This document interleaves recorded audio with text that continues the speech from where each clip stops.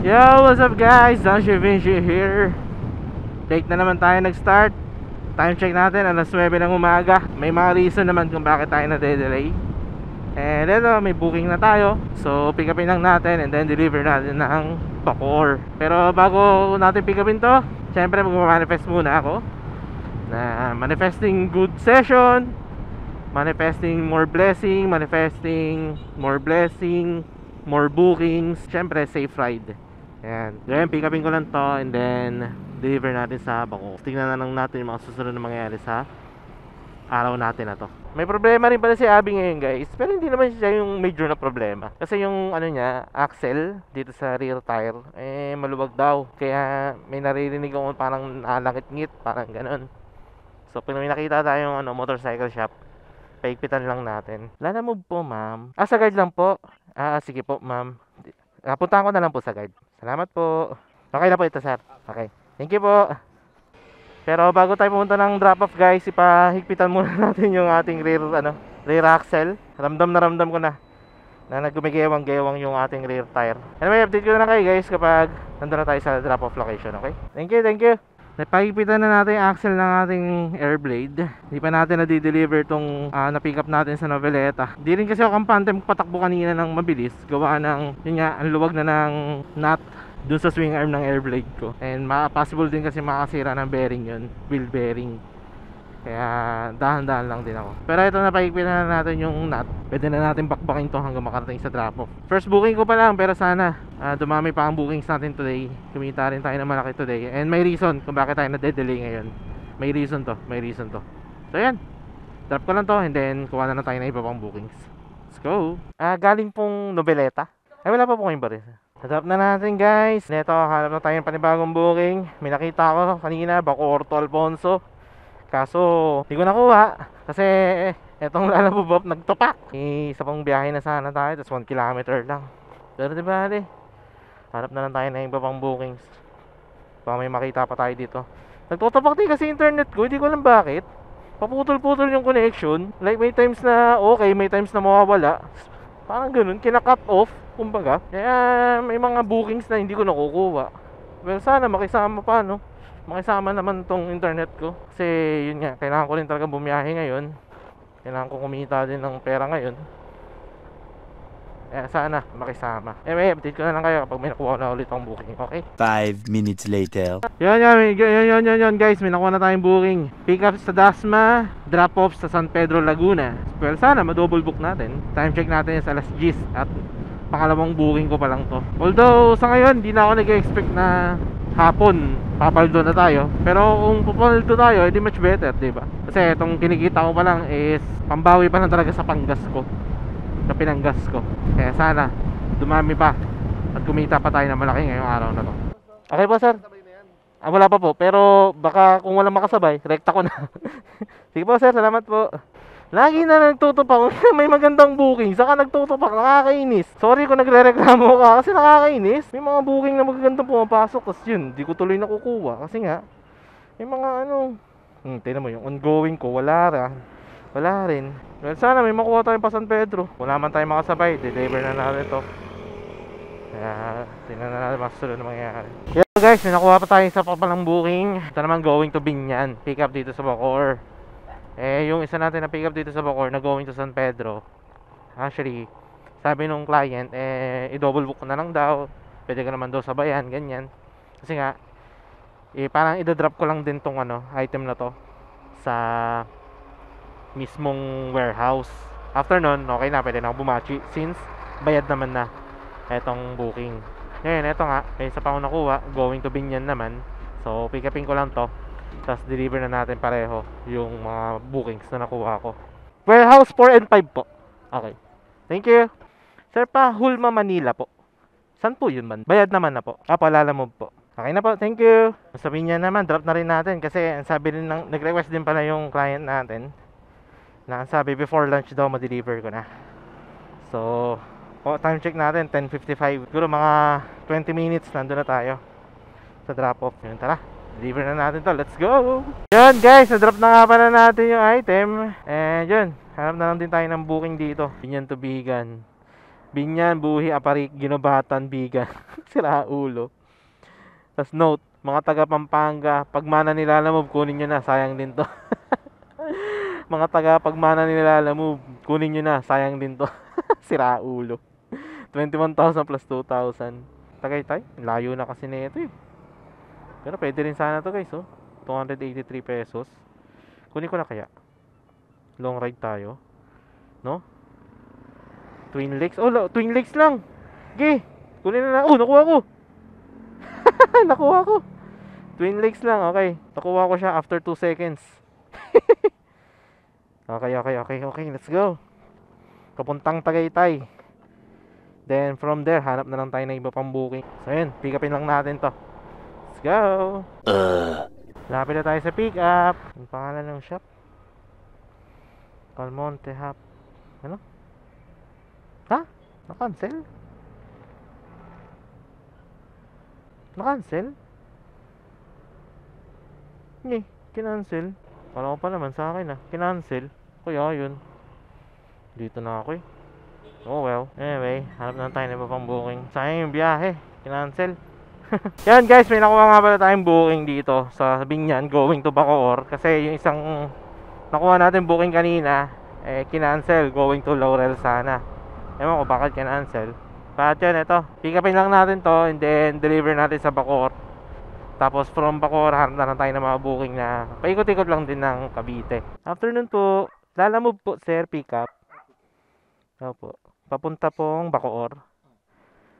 Ito lang po sir. Limwell ba yan? Apo, Limwell, Buran. Apo, sige po. Thank you po sir. I-pick up na natin item. Napakaliit na item lang guys. Ganda sana kung ma-double book natin to eh. But yan, dito na lang kayo guys kapag na-deliver na natin itong item na to, okay? Yan guys, may nakuha rin tayo dito sa Binyan. Going to Bacoor din na booking. So ito, going to pick up location. And sana hindi na i-cancel to, no? Kasi kanina kinancel yung Binyan to Laurel. Nanghinayang talaga ako doon. Pero good thing ito. Pero ito sana hindi na i-cancel to. Itong nakuha natin na booking from here sa Binyan going to Bacoor din. So yun, puntahan lang natin itong pick up location and then tingnan natin kung anong item. And for sure, kasya to. Kung naman tong item na to, at least madadala natin to na maayos. Sana madala natin na maayos. Okay, tama ko lang yung pick up. Tingnan natin mga susunod na mangyayari. Yan guys, sa pick up na natin item, headset lang. So meron na tayong booking na 2 Bacoor. So tara, deliver na natin tong mga to. Tingnan natin patagalin. So let's go. 15 minutes later. Basta na tayo sa unang drop off. Afternoon po, Block 4 lot drop off po. Kayo po yun sir? Apo, okay po sir, thank you po. Salamat po. Yan, na-drop na natin guys. Ang sunod naman natin na i-drop is yung sa may Tirona Highway, sa may SM Bacoor. Let's go. Pag ito hindi pa rin sinagot, ibabalikan ko na lang to. Sayang oras baka tulog kasi. May isa pa akong item na i-deliver.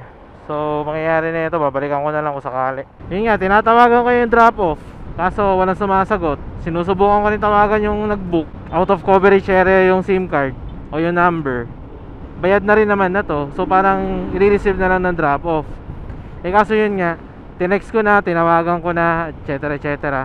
Walang update. So ako, mamaya na lang kung sakaling pwede na niyang i-pick up to. Kasi sayang yung oras. At the same time, may di-deliver din kasi ako sa Tanza. Kaya since naka-priority rin tong sa Tanza hanap na lang ako ng booking pabalik dito sa Bacoor. Tapos saka natin i-deliver sa kanya kung ready na siyang i-deliver. Ready niya nang i-pick up itong item. Wala, hindi sumasagot So para hindi rin masayang ang oras, ganun na lang. Ganun diskarte na lang gagawin ko. Di-deliver ko na to sa Tanza and then sana makakuha tayo ng booking pabalik dito sa Bacoor. Or kahit di man sa Bacoor, at least malapit sa Bacoor. Para if ever na pwede nang i-receive ng client yung ating item, ayun, message mo ulit. So update ko na lang kayo guys, okay? 3 hours later. Guys, quick update. Nagbigay na ng update sa akin tong drop off sa Bacoor. Actually, kanina ko pa na-pick up yung item Kanina pa mga alas 12. Tapos, ngayong alas 3 lang siya nag-update sa akin. So biruin nyo kung inintay ko siya, diba? Isipin nyo yun. Alas 12, nandun ako sa Mercury Drug na kung saan dun ang drop-off location. Ngayon, tinatawagan ko yung client, tinatawagan ko yung drop-off, hindi sumasagot, message ko, hindi sumasagot. Ang sabi ko, mamaya ko na lang i-deliver kasi meron pa akong mga bookings, ganyan. 3:15 ng hapon, saka lang nag-update sa akin. So basically, halos 3 oras time gap namin. Imagine niyo kung hintayin ko siya ng ganun katagal. Eh di ako naman ang malulugi, di ba?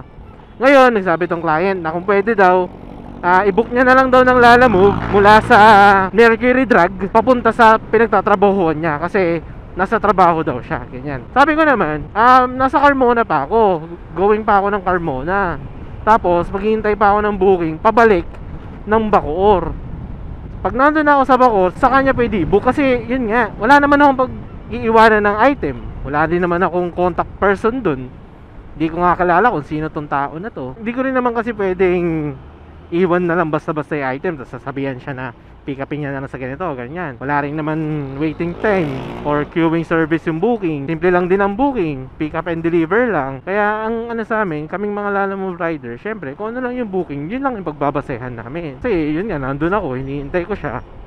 Walang nagre-response sa akin, walang nagre-reply sa akin. Para hindi masayang oras, para hindi masayang yung biyahe, ako di-deliver ko na lang kapag ready na siya. Update niya na lang ako. Kasi may mga bookings pa akong pwedeng kunin. Kasi nga, nangihinayang din ako. Buti sana ako babayaran niya yung mga oras na nakawala sa akin. Walang problema. Kaso hindi naman. Pero, yun, ang mangyayari nito, pagka-drop ko nitong sa Carmona, hanap ako ng booking pabalik ng Bacoor.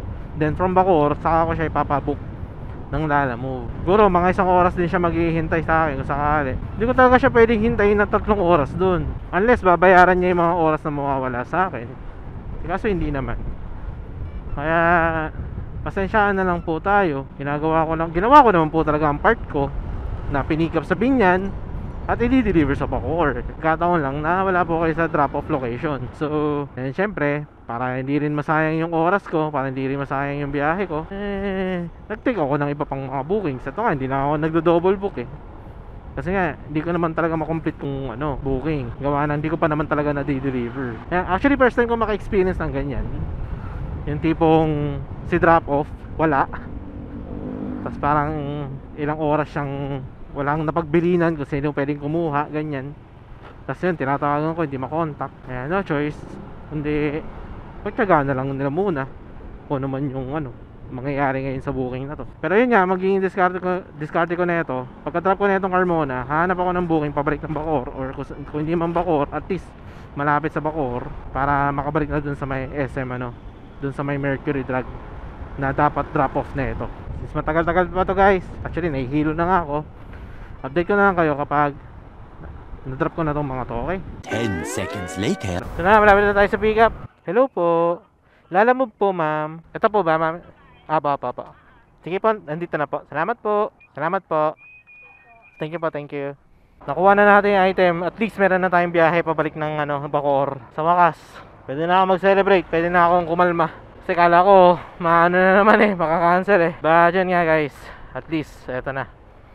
May booking na tayo pabalik ng Bacoor. Kaya na mangyayari, i-deliver ko muna dadalhin ko muna sa Mercury Drug etong kanina pang nasa akin na headset na nakuha natin sa Binyan kasi papalalamove niya na lang daw papunta sa work niya. Pag dumating na yung rider, saka naman natin i-deliver etong nakuha natin dito sa GMA going to Bacoor din. Thank you God, thank you Lord. At kahit pa paano, di nyo pa rin ako pinapabayaan kahit na may mga hassle akong na-experience. Pasensya na po kung naapektuhan ako sa mga nangyayari.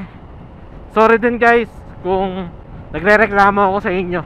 Medyo dumating lang din talaga ako sa sa turning point ko. Sa boiling point kumbaga. Kaya pasensya na sa inyo guys, pasensya na. Pero ito na. At least meron na tayong booking pabalik ng Bacoor. Kahit pa paano, di pa rin tayo talo, di pa rin tayo lugi. 2,000. So tara, deliver na lang din natin mga to. Tapos siguro isang booking na lang pauwi ng bahay. Just hope lang din na mabilis lang din makuha tong isang item para kahit pa paano maging mas smooth pa lalo ang ating biyahe. So yan, update ko na lang kayo guys kapag na-drop ko na tong mga to, okay? One extremely annoying shift later. Ay, sa wakas na-drop din. But yun, ito, di-deliver ko lang itong isang to. Tapos tingnan natin kung may makukuha pa tayong booking na pauwi. Pero kung wala na, direct uwi na ako.